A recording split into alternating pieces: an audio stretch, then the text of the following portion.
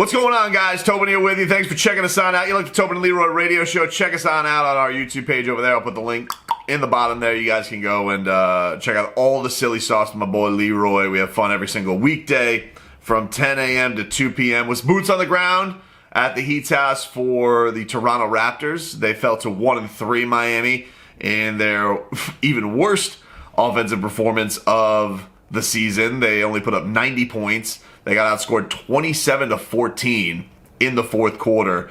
Couldn't pee a drop as far as buckets were concerned. Shot under 35% yesterday. I know this is a team that rests its hat on defense, but it's not like Toronto was lighting the world on fire. They shot under 40%. Did have a good day from downtown. You know, Fred VanVleet, Gary Trent Jr., they both had some big nights. Gary Trent Jr. stuck a dagger right in you. Fred VanVleet got hot late. But, you know, I certainly think that for a team that likes to put their stamp and identity on defense, I didn't think that this was a problem. I did think a lot of shots got missed on both ends today. There was some good ball movement from the Miami Heat. Got some open looks and just, you know, those shots did not drop. The unfortunate thing for them is, you know, this one really slipped away because it felt like that they had this game and it really started swinging there in the fourth quarter after what felt like them taking control. And, you know, Gary Trent Jr., Fred VanVleet got hot late in that one. There was one point where there was it was actually a really nice move by Bam Adebayo. It was like, you know, 8 minutes left, Heat are up by 8. They were up 81-73.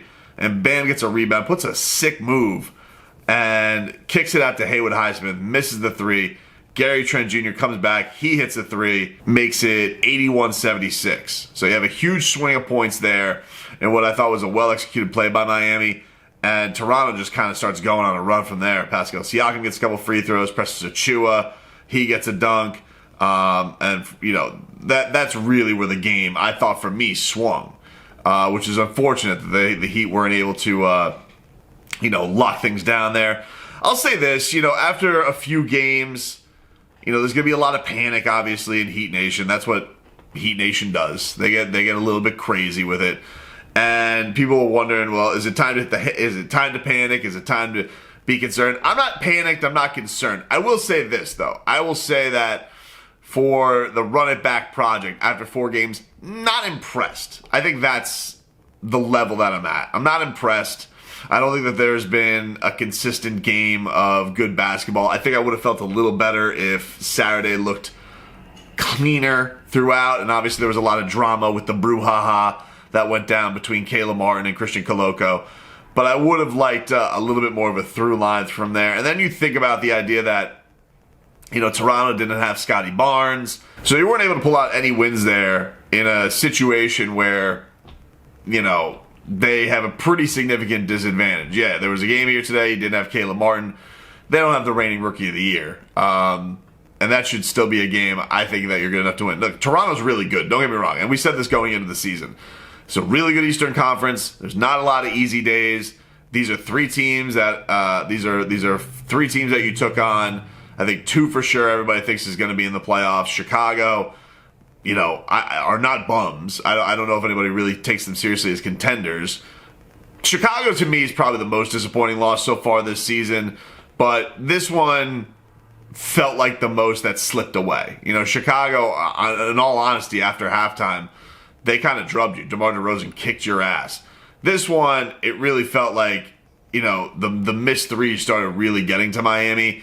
And it affected them in that fourth quarter, and you know, just some really, really clutch shot making from Pascal Siakam down the stretch, and Gary Trent. Like, because it's not like they went out there and had these games where they lit the world on fire, but they made the clutch shots at the end, and Miami could not. They could not get on the same page. Jimmy Butler saying after the game that he says they got to start stacking some wins together. We got to start winning. I think we got to do all the little things right. When talking about rebounding and getting back, being in the gaps on defense, sharing the rock, stuff we already know. Ain't too much really to say, but we definitely got to take care of home court, and we haven't been doing that. So now it's time to do the hard thing and go win on the road. And that's been an interesting thing. Miami not taking care of home court is a little bit strange. Remember, they had home court advantage in the Eastern Conference last year. They lost 3 times to Boston. Actually, coming to think of it, I haven't seen the Miami Heat win at home in a while. Maybe it's me, because the only game I wasn't boots on the ground was Saturday. So listen, if old Tobes is the jinxie, I'll take it on the chin. A little depressing to think, but this has typically been a team that's been really good at home. They've always taken care of home court. So, and I gotta say, I thought the atmosphere was really strong in that fourth quarter last night, and I thought the teams got fired up. There was an inadvertent whistle at one point because of how loud it got. So I don't think it's a case of the fans. I thought the fans showed out really great. It was a little disgusting seeing all the Boston fans there for the Celtics game. Nightmares. It's like hell. But from my standpoint, I thought that the home court was really, really solid for Miami. I would say that Bam, he has had a lackluster start offensively so far. I mean, if you look at what I would imagine his shooting percentage is not very good right now because of a couple of, Bam shooting 45% to start the season is a little bit wacky. I mean, he was 4 of 14 yesterday. What the hell was he the first game of the season? What was he? It was like, 5 of 12, 5 of 15 after that really wonky start. He had the good game against Boston, but got into foul trouble. Toronto also dealing with some foul trouble. Or dealing with foul trouble in the first 2 games of the season, So he's had a little bit of an up and down start as far as that's concerned. They tried finding on some lobs, but I did like that.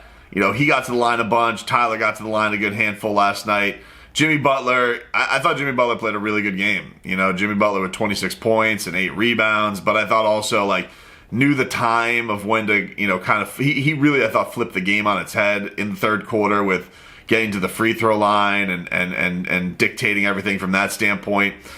Kyle Lowry, another clunker, not great offensively from your starting point guard. And, after getting a nice performance against him in the Saturday win, and I thought, obviously had the clutch basket late to kind of give you some breathing room at the end. Last night he was really nowhere to be found on the offensive end. And, they can't afford that. They need a little bit more from Kyle from that regard. I think everybody knows that.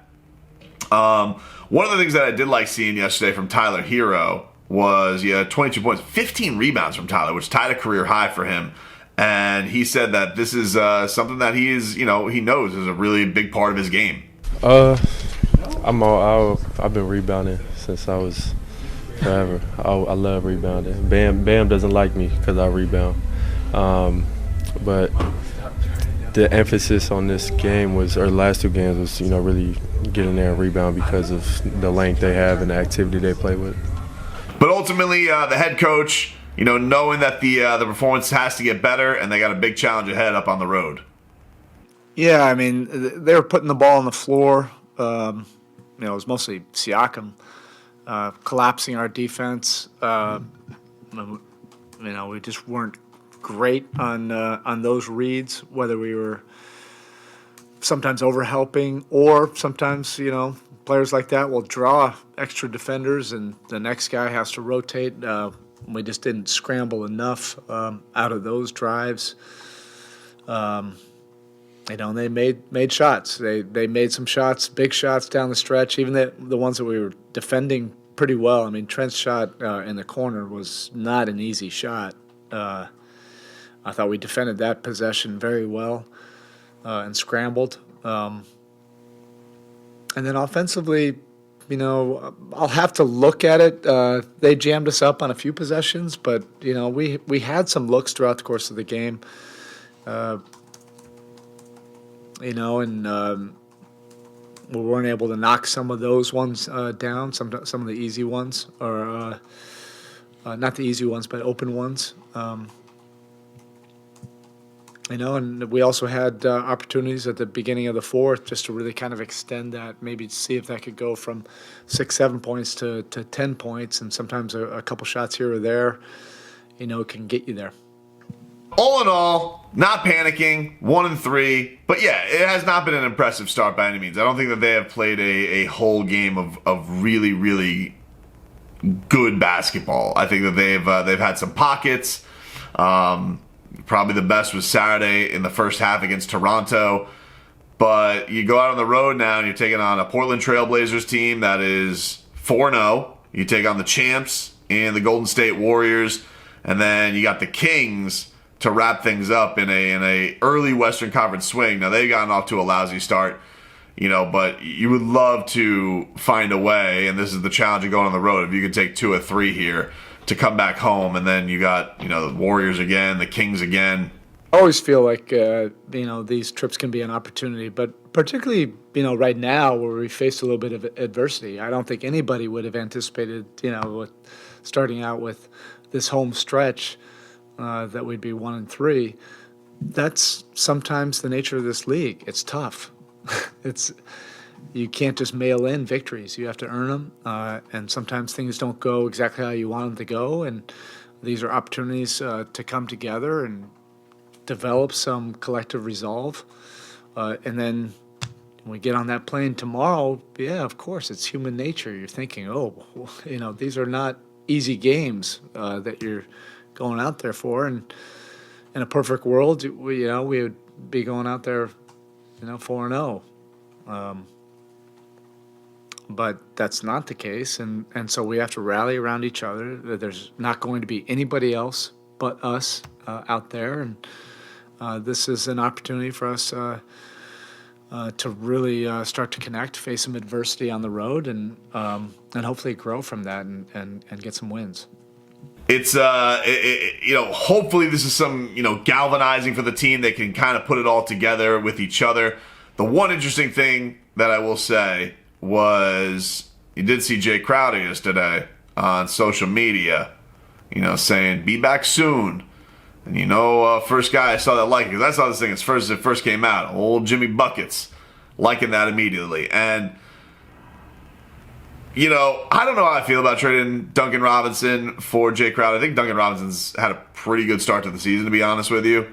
And I think that, if the Heat are going to need some shooting from somebody, Duncan's is one of the best shooters on the planet, and they got to find a way to unlock that. I will say, though, from Jay, I really do feel like there's been areas of this season so far where they have missed PJ Tucker. I know that Philly hasn't got off to a great start. They just got their first win against the Pacers last night. But I do feel like there's been pockets where, they really could just use some dog out there. They could really use some guy to just dive for loose balls, not let them lollygag. That was the beauty of PJ Tucker last year. Not on top of the fact that, yes, he made the clutch 3 and he'd lock your best guy.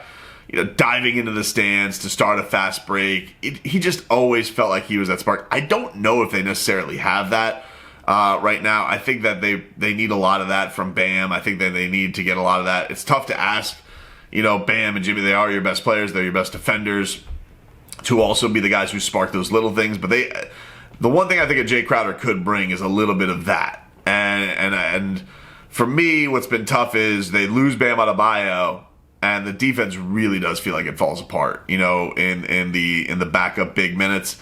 Dedmon, does not look quite like the guy that has been, that just shined since he's been in the Miami Heat. He has just gotten off to a really tough start, and they've really seemed to struggle in his minutes. And that, to me, the one thing, my one overreaction that I'd be curious to see, and I wish he wouldn't have gotten suspended last night, but the one overreaction I would have for this Heat team is I really would like to see Jovic. I really would. I think and it was interesting watching Precious Achiuwa last night, who had a monster rebounding game, 22 rebounds, and he got called out by Nick Nurse. It's interesting because Nick Nurse called out Precious Achiuwa for a lot of the stuff that Eric Spoelstra did when he was with Miami, but they do let him, go into his bag a little bit more. They do let Precious kind of flourish on offense a little bit more when he has time, and I think you get to see what kind of skills he has. It's not like he lit the world on fire, but with 5 of 12 from the field. But I'm telling you, I feel like you feed him a cookie. You give him a little bone every now and then to cook and do some Precious fun stuff. Then what Nick Nurse called out, him being that guy on the glass, 22 rebounds last night. I mean, that's a monster night for the Heat's former first-round pick. For me, I would like this season. I do feel like the one thing that is starting to feel a little eerie my one overreaction is I don't want this to feel exactly like the run it back season where it's a little joyless, it's a little hard to get after these games and feel like you got to get all the way back to the journey, especially early on, and then all of a sudden you're starting to catch up, right? It doesn't exactly have this feel like the Heat are coming out of the gates with this vengeance to shut everybody down. It feels very much like so far, all right, let's ease it on in and all that stuff. I don't sense that urgency. And I think it's a little tough when there's nothing that's changed for your team to get into that mindset. And I do feel like maybe adding Nikola Jovic to the mix, one, I think he fits seamlessly. I think he's an unselfish player. I think we also, see, here's the thing with the Heat. I think that they are great scouts, and I think that they could all notice. We all could see, like when Jamal Cain had a great game, we got to keep that guy on the roster. When Omer Yurtseven had a big summer league, we got to keep that guy on the roster.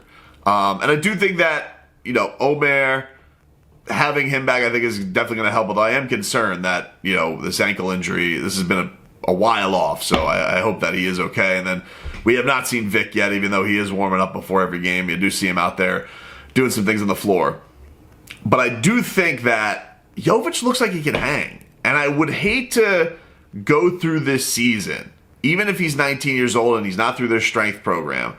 I think the guy can hoop. And I think it would be a waste for this season to go through it and not see anything from him. I think between his size, his facilitating, and his shot making, I would like to just see, I'm not saying like play him a ton. I'm not saying you got to make him your next Tyler Hero.